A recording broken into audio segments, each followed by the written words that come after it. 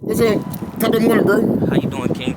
I'm doing great. How you doing, bro? Another day. Another day. What's your name? Where you from? Tico Malone from Greensboro, North Carolina. Tico. We're going to call you Tico. Hey, you from Green? How old are you? 26 years old. 26 years old? Yes, sir. What's going on, young man? Man, the reason why I stopped with you, man, because I seen that thing on your ankle down there. Let me see if they can get that on there. I said to myself, man, he might make a good video. He seemed like he's smart. Let me talk to him and see if he's interested, man. I'm glad that you gave me the opportunity to interview you, man. So let's get to know you a little bit. You grew up in a two-parent household? Yes, sir. You did? Yeah, well, basically a little pack, basically. Word up. Probably about 8 people in the house.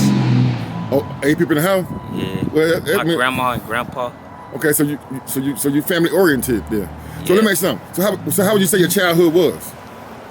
I mean, like, growing up, we always was like into church. My grandma a pastor or whatever.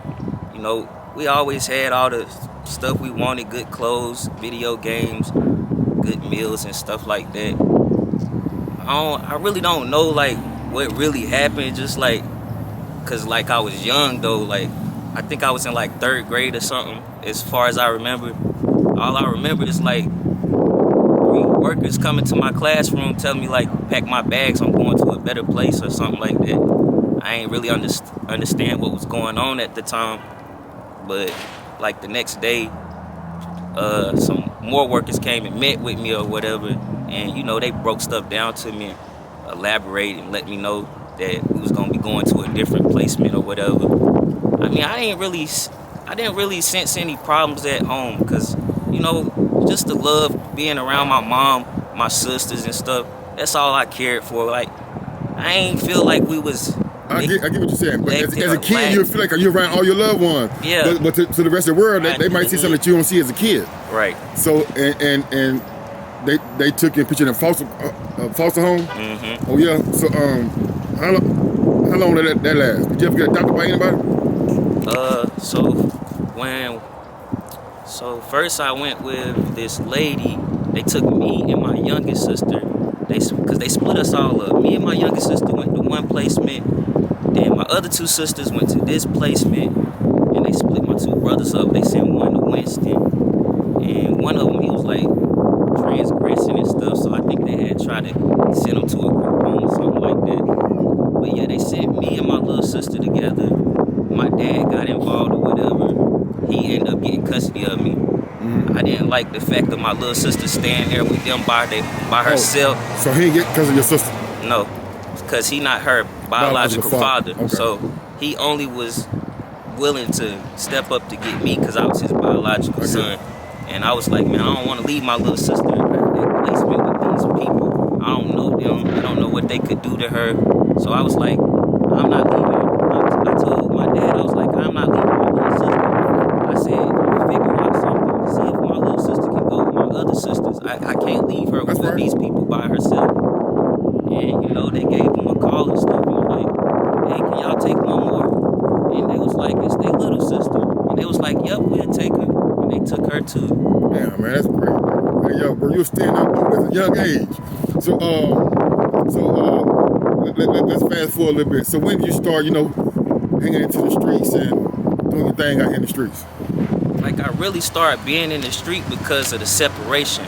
When I got separated from my family, that's all I knew was family. So they had me on one of these, of course, because I was running away and stuff. I wanted to just be with my family.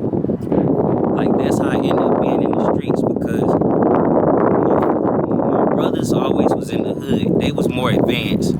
They was out here, and I knew I always loved my brothers. I knew I always get back to them somehow. And I always knew they'd be in that hood down there in the park.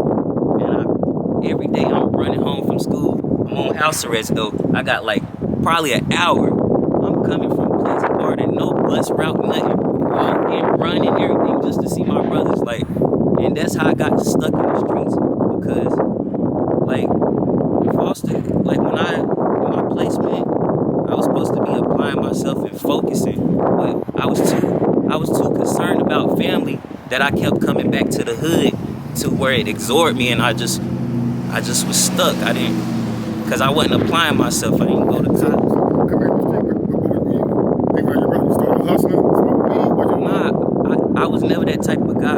always was in school, had good grades, stuff like that. My brother and them was into the street life, smoking and stuff. I never smoked or anything. I just loved being around my brothers. I just was around. I just want to be around. That's it. Mm-hmm. And you know, over a period of time, seeing them do it, you know, I want to be like my brothers.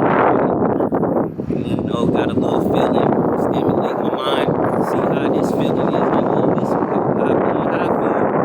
And I start experimenting, grabbing, touching the weed and stuff. Yeah, I'm more so was being a follower, I guess. Right, but following your big brother now. Yeah. Which is that's normal. Yeah, I was just following my brothers in life. That's basically how I ended up being in trouble a lot. So you start going to jail and shit? Yeah. For what? Little petty stealing, because I went, like, stuff that I seen other people have, I wanted it too. And of course, you know, Right. foster care, we ain't have stuff I wanted.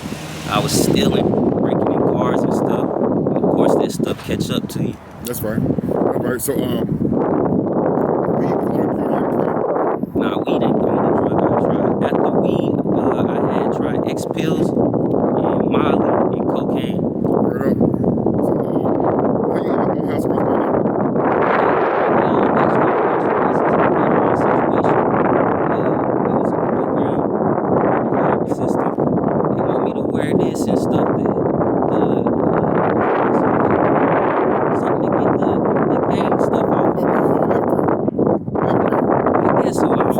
When you got probation, they put you on that.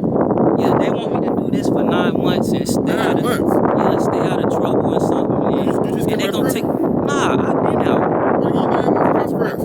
Something through the court system, some program, something through gang violence or something. I don't know. So they said you came in? Yeah, they got me labeled as a gang member, so they put me on this brace for a program. Right, I get it.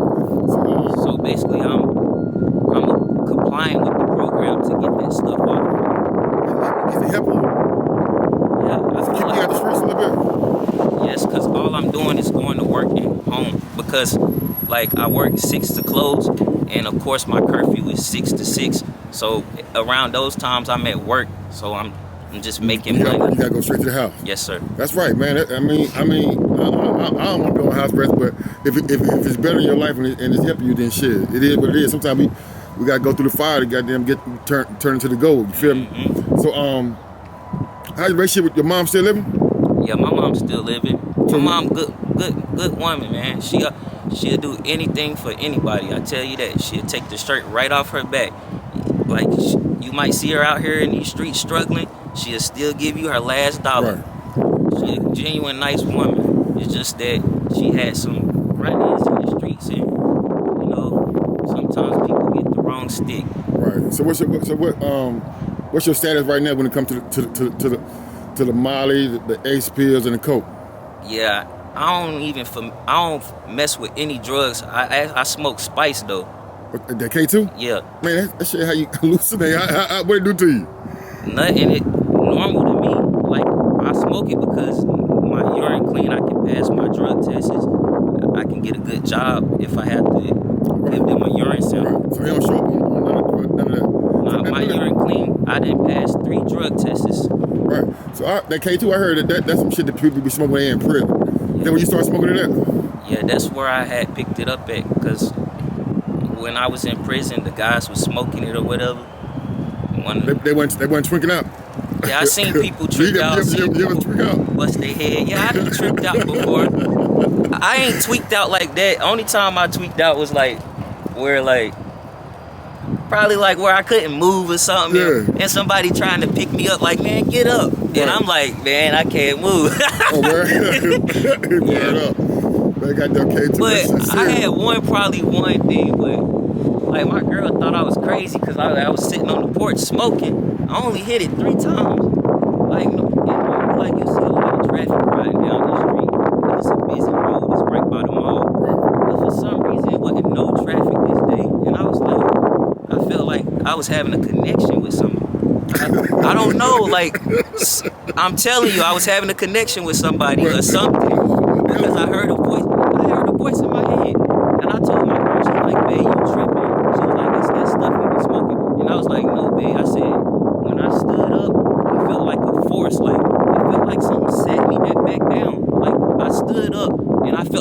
force just pushed me back down in the chair. I couldn't even move my body, just only my eyes was moving. And I heard the voice in my head, it was talking. And it said something, why something? It said, why something? That's all I heard. It said, why something? And my body started shaking. And I was like, man, let me calm down. And I was like, in my head, I was talking to my conscience. I was like, why you doing this? I'm like, I'm a good person. I'm like, I love people. I want the world to just be peaceful. Man, when I said that, the tension just lit up off me. I felt like something had a hold on me. I'm telling you, soon as the tension came up off me and I stood up, the first person I seen, I was crying. I ran to her and gave her a hug. Man, I ran and gave her a hug. I said, ma'am, please, can I give you a hug? She said, no, back away from me. I said, please, give me a hug. You wild, man. Hey, listen, though. Man, it was an honor talking to you, man. And you wild, though. But listen, though, you're a good dude, and you smart, bro. You know what I mean? You got a lot of potential, man. I hope that program work for you, man. Get you off out here on these streets, bro. Man, I've been doing it. They gave me 5 years probation. I'm on my last year. That's what's up. I tell everybody you can do anything possible. Don't let nobody touch you. Tell you can't do nothing. Do anything under the sun. That's right, man. I appreciate your time. I got a donation for you. I got some money for you. Even a donation, I got $2 for you, bro. Hope if I see you again, you'll be a positive influence in the community, bro. Bless you, brother.